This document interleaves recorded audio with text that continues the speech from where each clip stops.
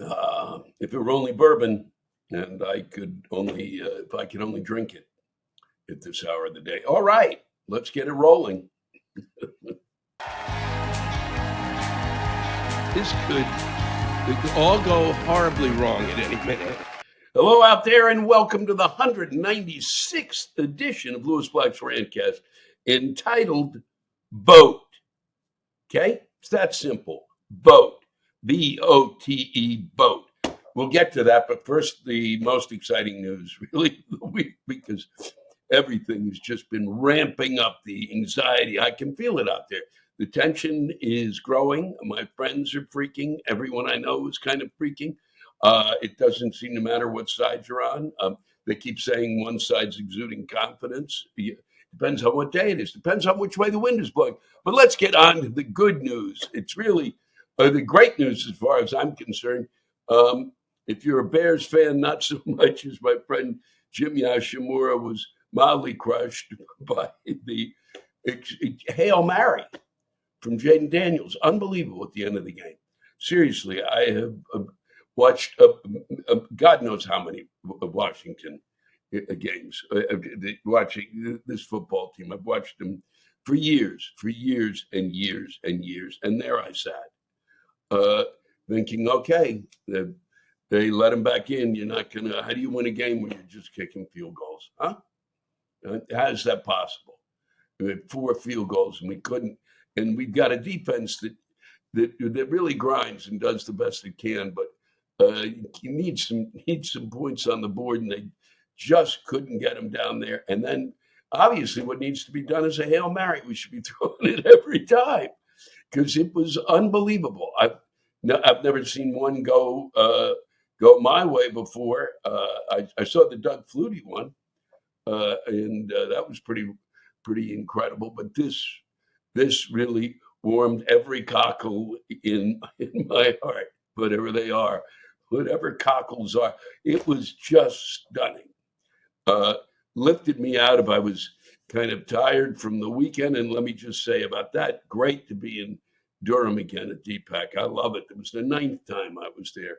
And then under the Charleston Music Hall. And I want to thank you folks for coming out, because both shows, really, it was so much fun. And so it was, it really took a bit of recovering from getting to see my friends and doing the shows and having too good a time. And then the trip in, the trip out, and not enough sleep. Too excited the night,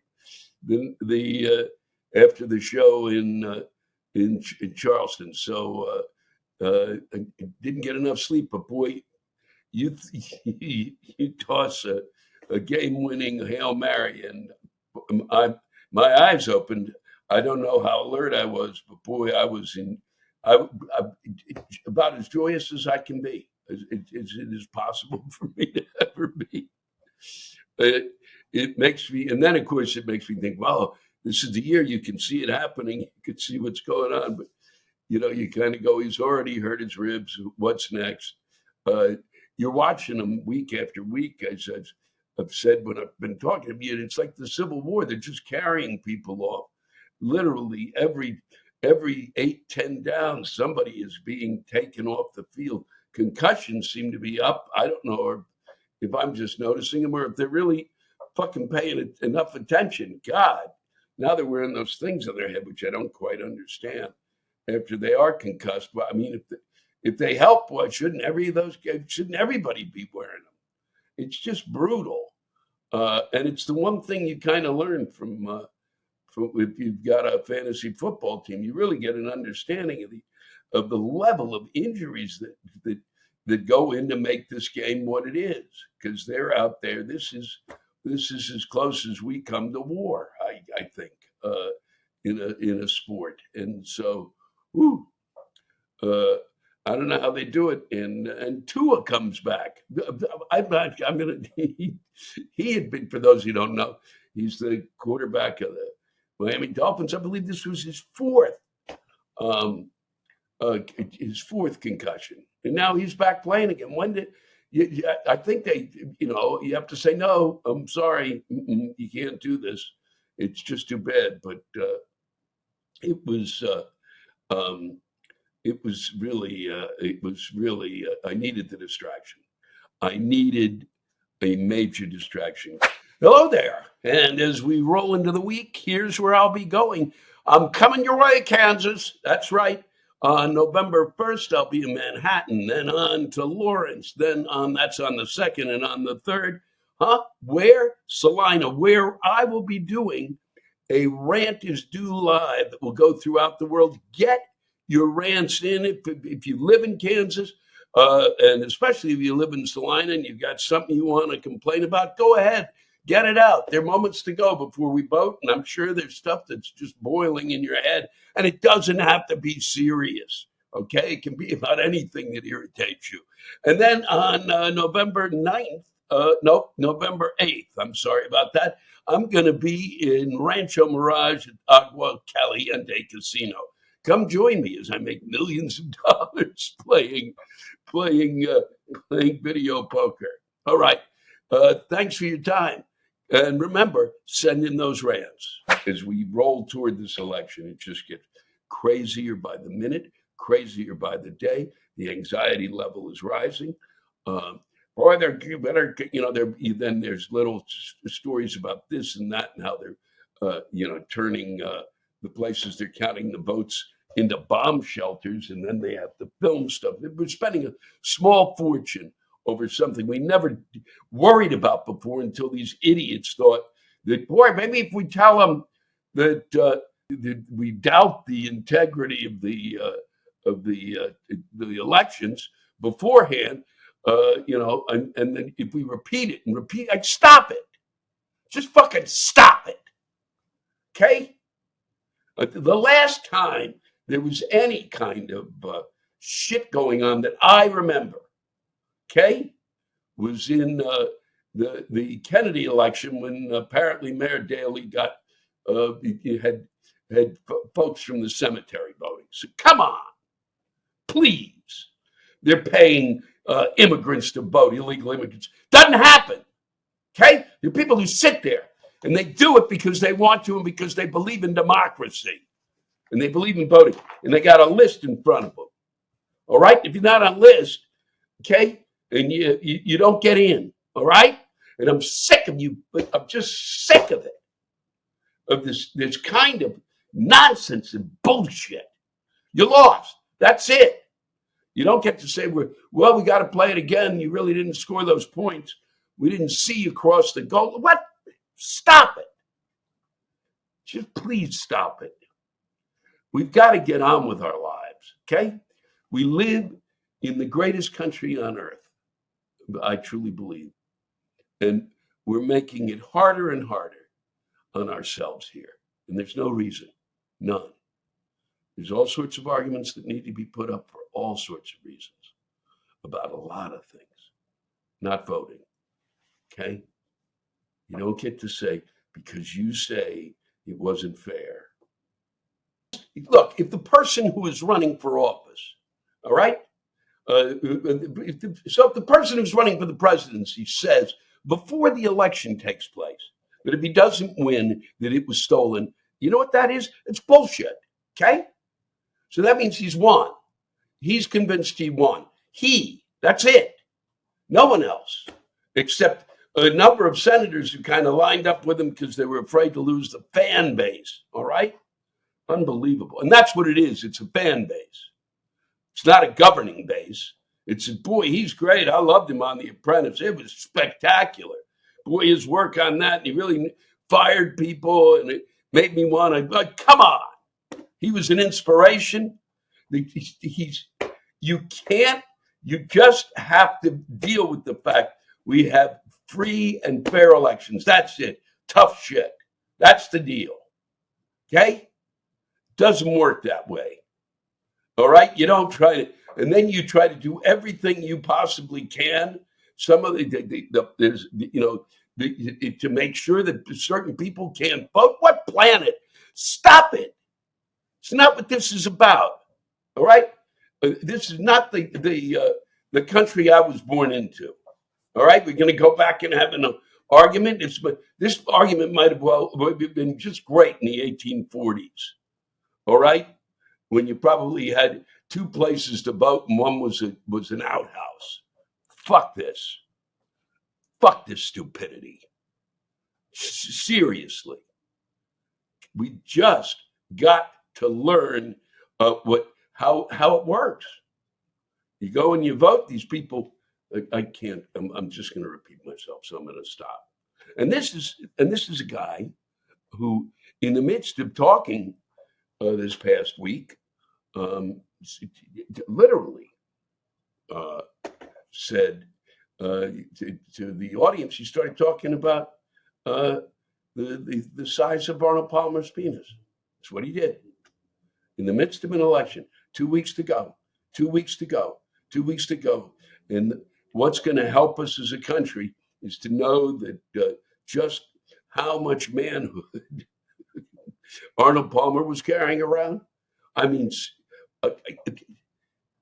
it would be one thing if he just kind of did an aside. It's really, that's nuts enough. But he went on for quite a while about it, and really, it's there. We have they're coming across the border, and it's awful. And this is what he set this up. He set it up. There was a boat, and the boat was to be taken, and that and it was agreed on by both sides. Partisanship, all right? They basically nonpartisanship. They were getting together to both sides, Republican and Democrat, to pass what would have been the tightest, law in terms of our borders, the tightest one ever we've ever come up with. Finally figured it out, agreed on it. All right, a lot of people didn't like it. That's how good it was, but it was there and it was ready to go. And he said, vote no on it because they needed the issue. It's not the way you run a country. All right. If you're going to do that, vote certain things. Why, if this is the way that they think democracy is going to work now, that you just kind of make it impossible for the party in power to actually get things done. You're going to prevent them.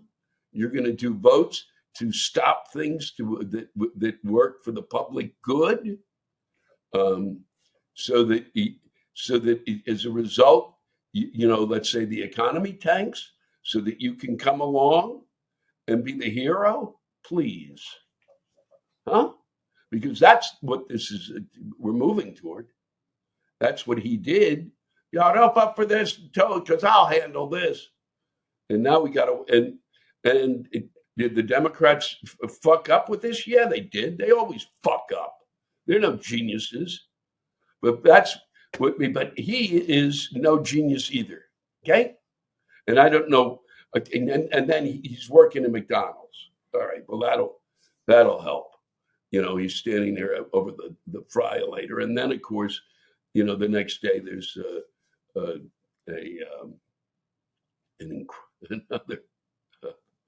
a E. coli epidemic at McDonald's around the country. Oh man, I mean, the next day or the day after, I'm gonna win. See what I did? I'm cooking fries. She never cooked. What? What is this? This is like, it turns it into a high school election, which actually had more integrity. Seriously. And I had to know because I lost in a number of them. And did I complain? No. I said, less work for me. I'll be in charge of the prom, the junior prom, which I was. I was a great committee chairman. I was no leader. And Elon Musk is handing $1 million to get people to vote. Man, oh man, he's buying votes. He's out there. But there's no law that throwing money at people to make sure that they go vote or sign a petition. That there's no law. I did just okay. And he's so great. A guy who really is going to repopulate. He's going to repopulate the earth. That's who you listen to. Okay, he's out there. He's got 10 kids, 12 kids. Well, there's a difference. No, 10 or 12. but 3 different women, fine. But he's doing it to repopulate the earth. Boy, oh boy, oh boy. Wow. Now, that's the reason I want to get. He's really quite solid. And don't think he didn't destroy X. He destroyed X. Because the first time I've actually had things that I would call leaning into anti-Semitism. Not leaning in, but worse, anti-Semitic. And it's around, and I have never, and a lot of people have been experiencing it literally until it appeared on X. I had not except when I was at Chapel Hill, experienced anti-Semitism. And it was late at night, and some drunk fraternity members were yelling at me and 3 guys. We were a non-sectarian fraternity, and I was standing there with 2 Catholics, the Jewish guy, and they were yelling anti-Semitic stuff, and they were going, "We're Catholics, we're Catholics." We don't have time anymore. Okay, you got to move on. All right. The Democrats don't control the weather. Jews don't control money. Stop it. Stop it. Okay? Just stop it. So we got to vote. And that's what we got to do. And I'm going to read you something to wrap things up. And for the first time ever, I'm going to say, if you go vote, you should, vote for Kamala. And I don't take great joy in saying that, because it really has reached the point where before, as much as I might lean toward a candidate, this time it's not any leaning. There's nothing. Enough is enough. Okay.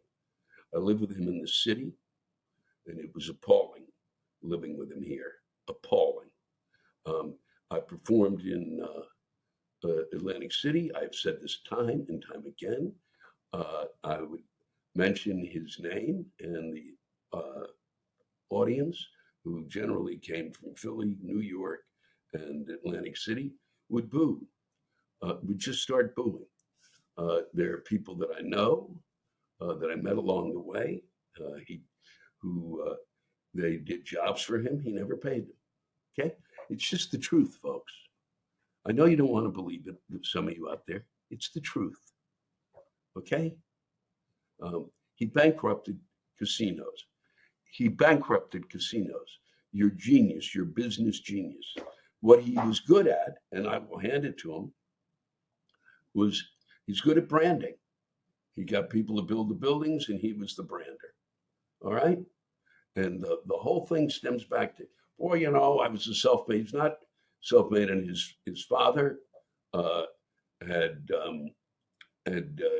property and rentals in New York, and the money was passed on to Donald.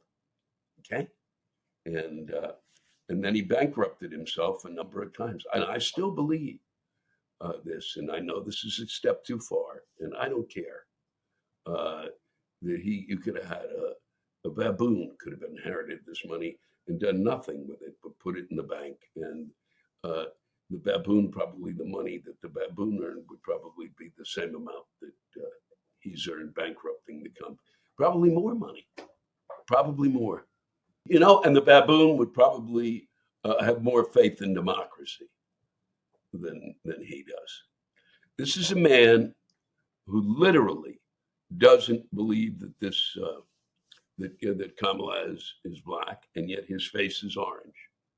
So when you go to vote, try to remember his face is orange. You're voting for someone whose face is orange. All right, you're upset by the fact that she's a woman or she may be black, and that's upsetting. But his face is orange. That's a little strange. I've always found it strange. I've found it strange that nobody's talked about it. Nobody. They kind of make a joke about it. It's not a joke. It's fucking weird, and it's odd, and it's strange. And I would like to know what this idyllic time is that they're looking back on. Okay? Well, there were no wars. There were probably no wars in part because there was a pandemic that was going through the world. So that took out a chunk of time for people to fight. All right. Unless they were coughing on each other. All righty. And I yeah, that at that point, the economy was better. And then the economy had to respond to that, which is what happened after he left office. See, you had to do stuff in order. I'm not going to sit here and try to explain it. I'm just going to tell you that if you're going to vote, and I believe everyone should vote, even if you're voting for the one with the orange face, okay? You vote. It is what you do if you care. All right. I know I did a thing for the Daily Show about those of you who haven't made up your mind. That's called humor. And some of the responses to that were psychotic on X, just psychotic. If you don't find it funny, it's not funny. Don't call me, die. Don't say things like die, you old fuck. Okay. There's no reason to be mean. Okay. I don't even understand why people write in, you're not funny. But that's the nature of where we're living. And I'm the one, and also the stuff that has come out of his mouth. I could go on. He said stuff that is utterly appalling. He runs that thing down there at Madison Square Garden. And it was some of the stuff said there. I'm not going to repeat it. Go look it up yourselves. A lot of it you heard. The comic who basically talked about Puerto Rico. I mean, that comic, the one who has the Kill Tony, he runs around the country as a show, said some horrific stuff in the name of comedy. It's not funny. It's not funny because it's racist, and I'm fed up with it. I'm fed up with the racism that comes out of Donald Trump's mouth too. Okay, you want to elect somebody, find somebody who's going to do exactly you like what he's got to say. Everything else you like, whatever you think his platform is. And what is his platform, folks? Because you don't believe that anything that's coming out of his mouth, he's just a blowhard. Well, what's he going to do? What is it that you think he's going to do? That's all I want to know. Could you write that into me? Write it in this week. So next week, after whatever the election is, I can read it and we can go over. And if he wins, and because things worked out because it was really fair. And if he wins, I'll keep score and we'll see just how much he does. Okay? And good luck. Good luck in this next week. I'd like to end with something that I wrote in November of 1986. I don't know if I wrote it just for myself or if I wrote it for something. Was asked to write it for something. I like it. Every so often I write something that I like, few and far between. And I hope you do. It's entitled Vote. This country is a mirror to the world. We reflect every shade of flesh and fantasy, every hope and dream, every faith and tongue, every belief and philosophy that is found on this earth. Our country encompasses the entire human spectacle, from the bestial to the noble, from the grim to the grand, from the prosaic to the mythic, from the bleak to the beautiful, from the forgotten to the remembered. If all of mankind were to dream the same dream, this country would be its dream. It is this panoply of existence that gives us our inordinate strength, while it creates for us our greatest burden. This is the grandest contradiction of our country, one of but a myriad of millions under which we find ourselves now straining. It has made our language seem senseless and our lives feel numb. It is why our streets are filled with pain and our skies are choked with smoke. It is why we honor the selfish while casting out the poor. It is why we are caught in a nightmare and yet refuse to wake up. But we must. Every so often, each of us, in our way, has to ask ourselves why we make the choices we choose to make. That's what binds us together as a people. That is the joy of our democracy. And the greatest form of its celebration is the vote, or the opportunity to make that choice.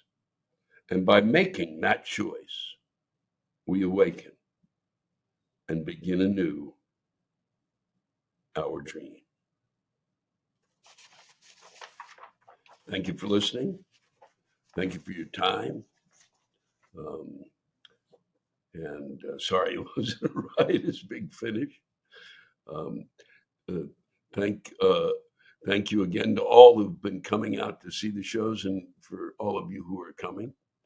And I only wish that I could spend time doing, like I used to be able to sign at the merch table, and just because of exposure to whatever that's out there, this is the weather changes. It's just tougher for me to do that. So forgive me, and please feel free to send in whatever rants you have, especially if you've got something about Salina or Kansas. Get it out there this week. I look forward to seeing you down the road, and really, once again, it is a privilege and a pleasure to spend time with you and perform for you, and to read what you write. Take care of each other, and I hope this week doesn't make you insane. Don't let it, please. It's hard, I know. But remember, they're making us crazy. We're not crazy. They are. This comes to us from Bill. A response to a rant that was read in Rantcast 189. The rant from the guy talking about trans kids had me spluttering. Actual spittle flying, screaming at the speakers. I was with this guy right up until he started going on about puberty blockers. Just for clarification, they don't prevent puberty, they postpone it. Yes, puberty is an important developmental stage psychologically, and for a kid who is fully identifying as the other sex, it's a hideous nightmare. It drives kids to suicide. Seriously, I know. I'm only here because I'm Catholic and was indoctrinated to believe suicide is a mortal sin. The point of puberty blockers is to postpone puberty until everyone is sure the kid is serious about wanting body and soul to match as closely as possible. When you reach an age where it's obvious you're serious, then you can stop the blockers and start puberty. But the puberty that matches your identity. Nobody's advocating giving 13-year-olds hormones or chopping up their reproductive organs. Jesus Christ. The whole point of these drugs is that permanent changes to a teen's body don't happen, including permanent changes triggered by the body itself. Okay? In an ideal world, body and soul would be aligned, but that's more rare than you think. I'm old.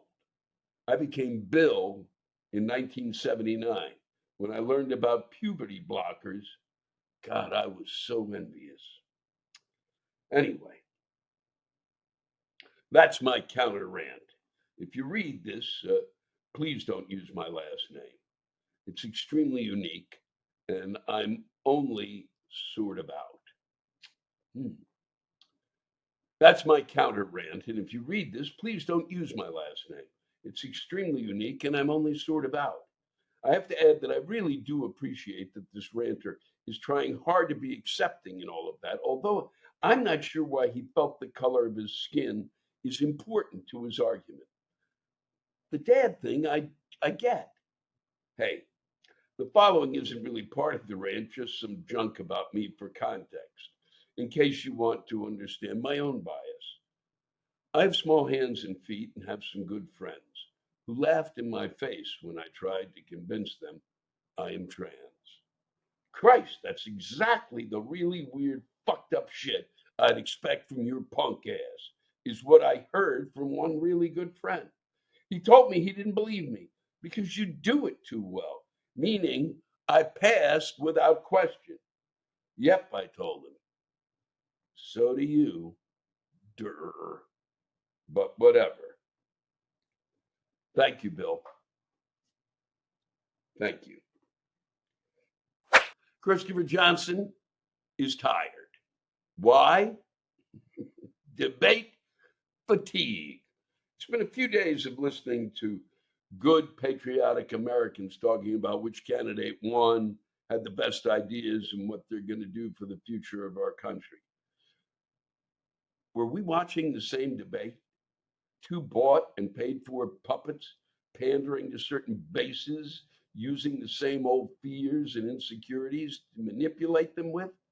Isn't that the same rerun we get every 4 years? Who gives a shit what their names are? Deflecting questions, personal attacks, and no personal responsibility for anything?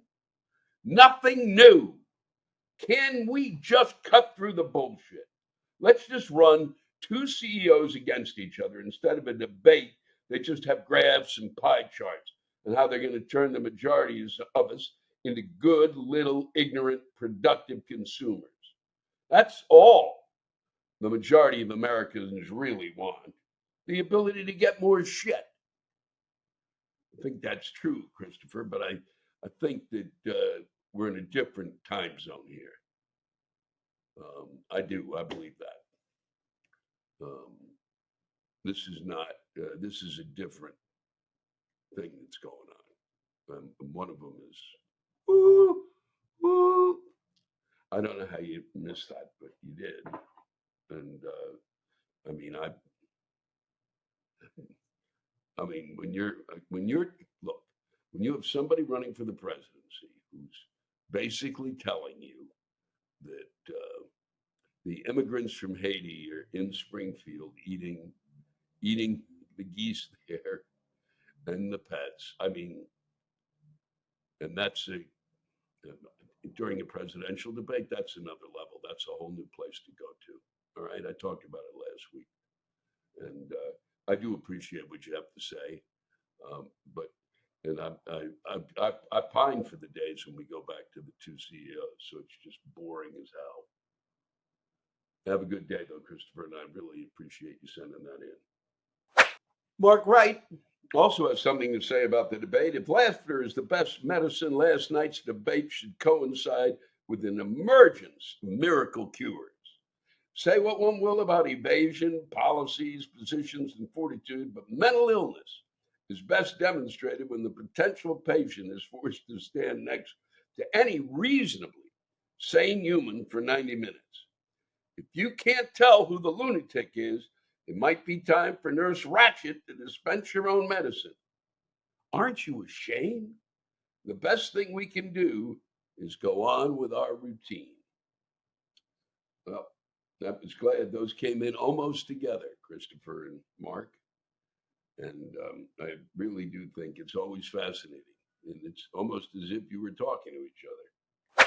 Pam O, I'm going to be coming your way. Just so you know that, I'm not going to read what you had to say because we're not ready to announce it yet. Okay? I keep saying, pay attention. We're going to be announcing some other cities I'll be coming to. And so I'll be coming your way. You don't have to travel. All right? It'll be right around the corner, hopefully. This is from Catherine Cyr, CYR, or it could be sire, or it could be sir. But probably I'm completely wrong. But this is, I think, in response to the mayonnaise fragrance. Thank you for this, Catherine. Freaking fragrances We have fragrance, shampoo, conditioner, soap, lotion, deodorant, laundry scent beads, facial cream, sunscreen. And let's not forget putting on perfume, Glade plug-ins, scented garbage bags. It never ends. I recently got some under eye cream. Upon applying it, I had to remove it due to its fragrance. Who needs under eye cream that is fragrance? Febreze your fucking couch? How about you clean the area that smells bad? We walk around with at least 4 fragrances a day: shampoo, conditioner, soap, and deodorant. I'm allergic to most of them, and most of them do not smell all that great. That is my rant. Thanks. Saw you in Vegas. You were great. I needed that, so thank you, Catherine. That was fun there. I love playing that room. It was a nice new room, and it was nice to say goodbye. It was odd to kind of wander through all of those. It might as well have been a new room for me, having wandered through all of those rooms in the times that I spent in Vegas. Sorry I missed you there, but thank you for that